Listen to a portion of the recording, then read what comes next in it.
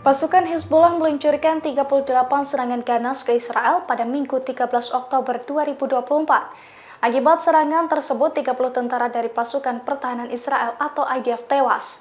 Jasad puluhan tentara itu pun tercecer di 3 wilayah di Israel. Dilansir dari Al-Mayadin, hal itu telah dikonfirmasi oleh pasukan Hizbullah dari Lebanon.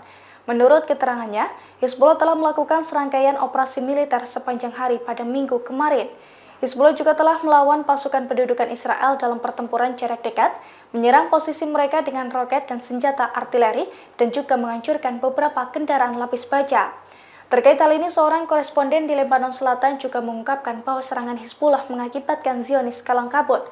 Bahkan setidaknya 30 tentara dilaporkan tewas dalam serangan tersebut. Puluhan jasad Zionis itu pun telah ditemukan di 3 wilayah di perbatasan, seperti Aita al-Shab, Ramyah, dan juga Kauzah. Namun 6 diantaranya kini telah diangkut menggunakan helikopter.